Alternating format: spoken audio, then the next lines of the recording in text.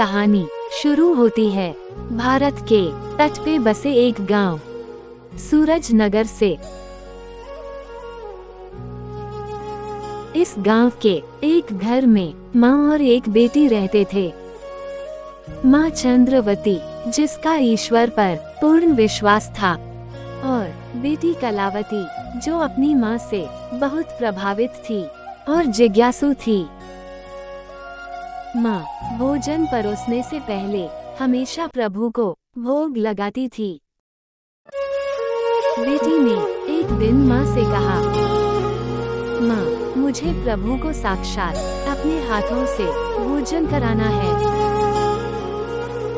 माँ ने कहा, क्यों नहीं, हृदय से विनती करो। ईश्वर किसी भी रूप में, किसी भी स्थान पे, किसी भी समय प्रकट हो जाएंगे, बस विश्वास होना चाहिए। दृश्य बदलता है। उसी गांव में एक बुजुर्ग शांतिलाल रहता था, जो अपने गृह कलेश के कारण हमेशा दुखी रहता था। पुत्र और बहू उसका जरा भी सम्मान नहीं करते थे। कभी कभी तो उसे भूखे पेट ही सोना पड़ता था। एक रात शांतिलाल भूखे पेट ही सो गया।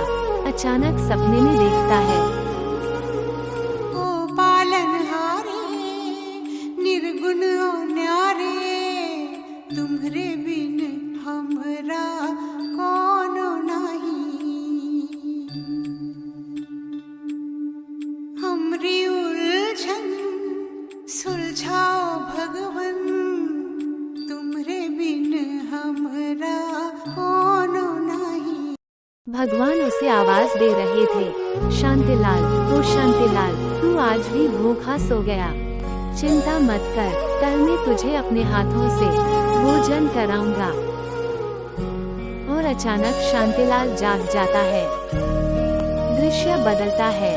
बेटी कलावती पाठशाला से बाहर आती है और मन ही मन भगवान से विनती करती है, ये प्रभु, आज मैं आपको अपने हाथों से भोजन खिलाना चाहती हूँ, मुझ पर कृपा करें। और धीरे धीरे नदी के किनारे पहुँच जाती है। नदी किनारे एक चट्टान पे उसे कोई बैठा हुआ नजर आता है। वो पास में जाती है तो देखती है, चट्टान पे एक बुजुर्ग बैठे हैं और वो बुजुर्ग उसे करुणा भरी नम आंखों से निहार रहे हैं। वो समझ जाती है कि ये भगवान है और मेरा ही इंतजार कर रहे हैं। फिर मन ही मन सोचती है, अरे ये क्या, भगवान तो बूढ़े हो गए हैं और वो बुजुर्ग जो असल में शांतिलाल थे। मन ही मन सोचते हैं, वाह भगवान, आपकी लीला तो निराली है। एक छोटी बालिका के रूप में मुझे दर्शन देकर आपने धन्य कर दिया। इस तरह बालिका बुजुर्ग में और बुजुर्ग बालिका में अपने अपने प्रभु को पा लेते हैं। कहानी का सार यही है कि तुझ में राम, मुझ में राम, कट कर में राम।